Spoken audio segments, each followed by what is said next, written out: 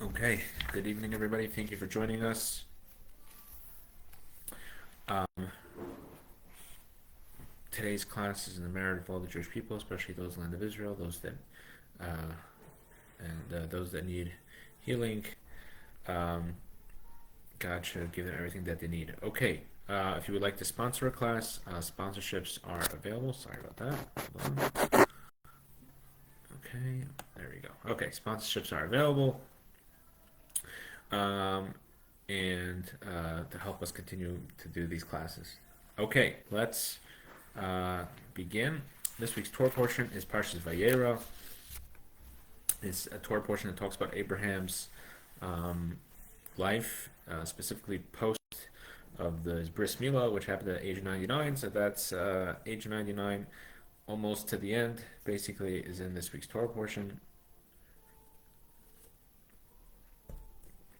And included in that is Abraham, Avram Avinu, Abraham, our forefathers, um, moved to Beersheba. So the Torah tells us as follows: Genesis chapter 21, verse 33.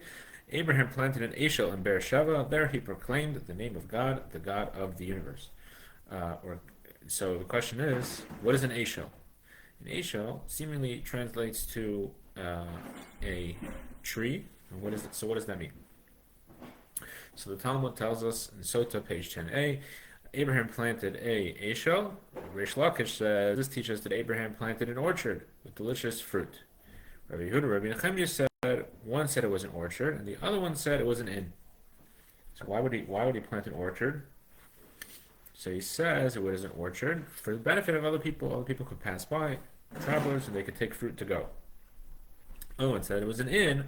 How does an ashel mean an inn? So the Rashi explains that ashel is an acronym for achila, shitsia, and lina, which means food, drink, and shelter. So that was what he planted it, and the Talmud actually explains that we see in the book of Daniel that planting could also refer to construction. So that is how we could explain this meaning of the verse. So now let's continue reading this verse of the end of the verse. That was the beginning. It says, "And he planted an ashel." And then it says he called out to God and to God, the king, the God of the universe. Okay. So Reish Lakish says, do not read this as proclaimed, but he made others to proclaim. So in the Hebrew, it's Al Tikra Vayikra Ela Vayakri, which is the same letters but different vowels. Again, in Hebrew, the vowels and the letters are separate, and not like in English where the vowels are certain letters or vowels. And so, what does it mean that he made others proclaim? Meaning that Abraham made others proclaim to God. So now, how did he do this? So for this, we have the Medrash. The Medrash in this week's Torah portion explains they would eat and drink, and Abraham would tell them, "You have to think." They would say, "We want to thank you." He said, "Did you eat my food?" He said, "No. It's the food belongs to God. You have to thank God." They said, "We don't want to thank God." So he would say, "Okay, you don't want to thank God. You have to pay me. How much do we owe you?" He would give exorbitant prices. He would say as follows: one jug of wine is 10 dinar, 10 gold coins. One measurement of meat is 10 gold coins. One loaf of bread is 10 gold coins because you're in the desert. No one else is feeding you here, so the prices are exorbitant. Kind of like in some places in Alaska, a gallon of milk is $8. Why? Because it's very difficult to bring it there. So when the guests realized this is not going to be a good situation, they would say, Baruch Shalchanu Mishaleh. Blessed is Baruch El Shalchanu Mishaleh. Blessed is the God of the universe, who we have eaten from His bounty. Okay, and they would thank God. Okay, that's the story that the Talmud tells us, that the Medrash tells us. Now the question is, if Abraham wasn't some sort of fundamentalist who wanted people to say things and he thought that would save the world, not at all. Abraham was all about teaching people about the oneness of God. So the question is, how could he have forced people to thank God? So let's get into it. So we see this is actually an interesting. We have an interesting similar situation when it comes to the story of the spies. The spies, which is much later in the Torah and Parshas Shalach, the spies go to check out the land of Israel, and instead of telling the Jewish people, "Yeah, we're going to do this," they start telling stories how how they're not going to be able to conquer the land of Israel. There's giants there, and what ends up happening is they say a terrible thing. They say that um, they say as follows: "Ki chazaku mimenu," that they are stronger than us. And you can actually read mimenu could actually not just mean from us, than us, it could be than him. And meaning that God is not strong enough to conquer the land of Israel, which obviously is a terrible thing to say. And it says that the people cried. Everybody, they believed this report. Everybody cried, and uh, they Moses tells them that they sinned, and eventually Moses tells them they're going to be punished. They're going to stay in the desert for 40 years, and what ends up happening is the next day, a group woke up early in the morning, and they said, we made a mistake. We sinned against God. We're being punished. We don't want to be. We don't want to. We want to follow God's will, and we are going to go and we want to go up to the land of Israel, and we're going to fight our way into the land of Israel and do what God said, which is to settle the land of Israel.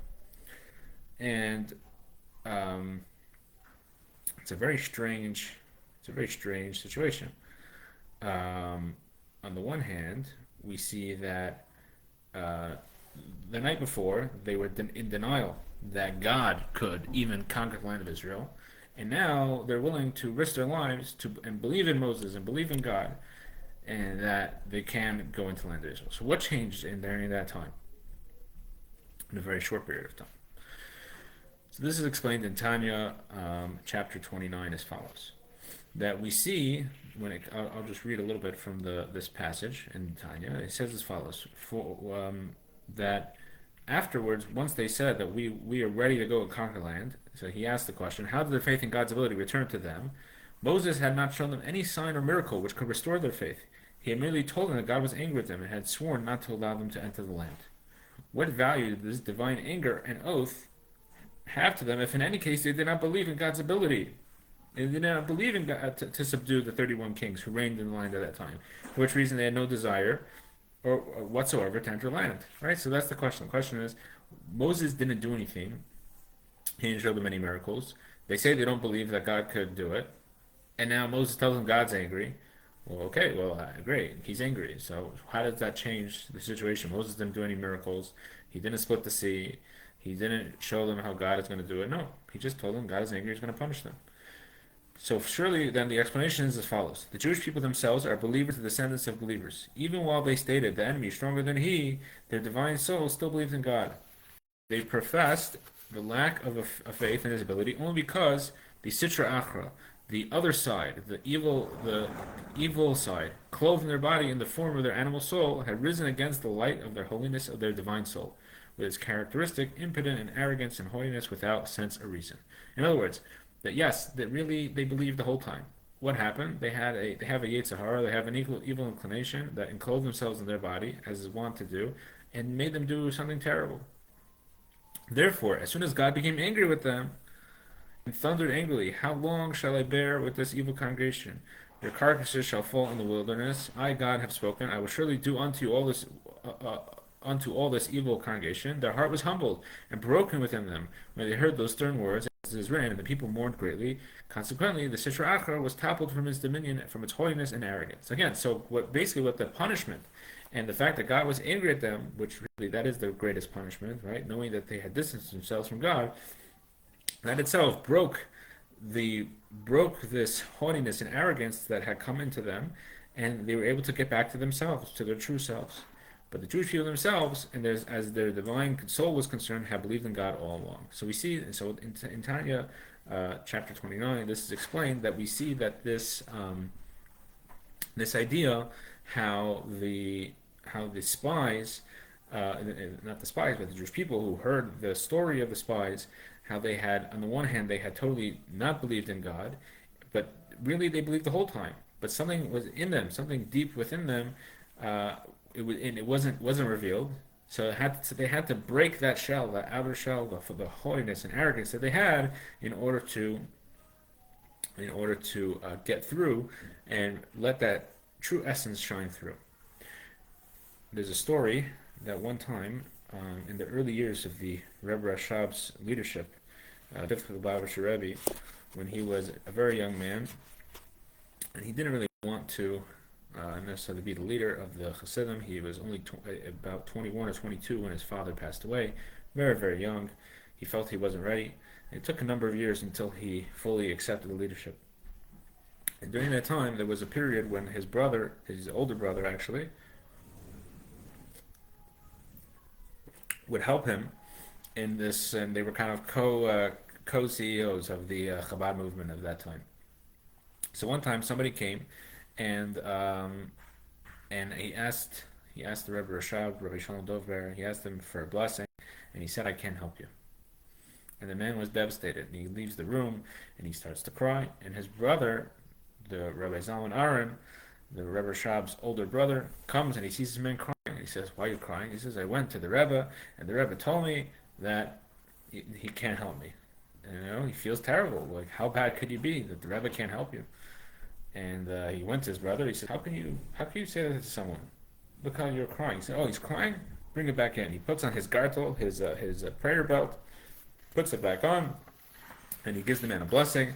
And sure enough, the blessing was fulfilled. So the question is, why go through this charade? If he could help him, you could help him in the first place. If you couldn't help him, how could he help him after?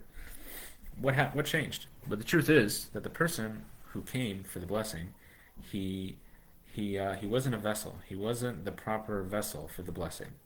And when he was brokenhearted, over, because he was too arrogant. He was like, "Oh, I have a remedy here. Just go to the Rebbe. The Rebbe will give me a blessing. Everything is fine."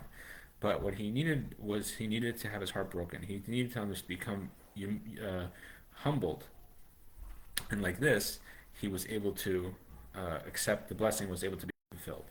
And the same thing happened in our Torah portion. When it came to Abraham, Abraham met people who were created in the image of God, and they had connection to God, but they were so distant from that. They lived in a culture of paganism.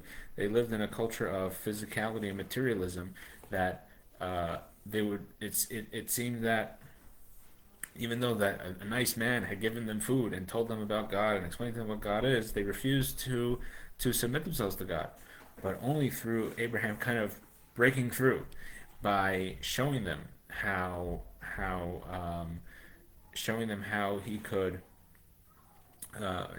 showing them, kind of pushing away their evil inclination, and telling them something difficult to hear, like paying a lot of money, 30 gold coins for a meal. That was the thing that they needed to break through, and they were able to have a spiritual change. It wasn't that Abraham forced them to do anything, but he was able to break through this culture and society and personal difficulty that they were in. And we see there's an interesting story in Tanakh, in the Book of Kings, under the king of Ahab, Ahab in Hebrew. And Ahab was the king of Israel in the year approximately 850 before the Common Era.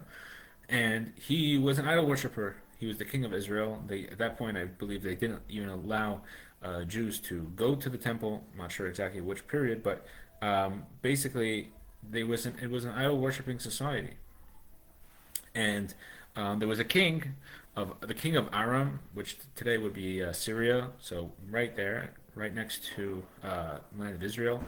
And during Ahab's reign, this king of Aram, Ben Hadad, fought against Israel many times, and he formed a coalition of 32 kings to besiege Shomron, and he sent messengers as follows. He sent messengers to Ahab, and he said, listen to me. You have to give me all your money, give me all your silver, give me your gold, give me your wives, give me your children.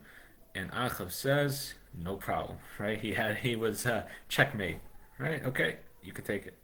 And then he says, um, just like I sent, for your money and your wives and your children, tomorrow um, they will take the delight of your eyes. So now he doesn't know what to do. So he says the book of Kings tells us, this is again Kings chapter 20. He says to the messengers of he goes to consults his advisors, and he says a message back as follows: Tell your master the king, all that you sent to your servant at first I will do, but this matter I cannot do. And the messengers went back and brought the message back to him. So the messengers go back and they say, you cannot take the delight of your eyes. That I'm not giving you. I've got money, my wives, my children, all good. So the question is, what was the delight of his eyes? So the Talmud Sanhedrin, page 102b, says as follows: What was the delight of his eyes that he would not turn over? It was a Torah scroll. He was prepared to give up everything else, but not the Torah scroll, and therefore the Talmud tells us, because of this, he was blessed, and he actually ruled over Israel for 22 years, which in that time was a considerable time. And because the Torah is made up of 22 letters. There are 22 letters in the Hebrew Aleph base, and therefore he merited to rule for 22 years. So now the question is, again, back to our similar question as we had before: what would cause somebody who was what would cause somebody who was an idol worshiper, who worshipped the Baal, this terrible idol? What would cause him to change his mind and not willing to give up a Torah scroll? And in the end, by the way, he actually was victorious in that battle because he gave up something for the Torah. So the question is, why would this king Ahab, why would he be willing to give up everything for the Torah, which he clearly was not very observant of?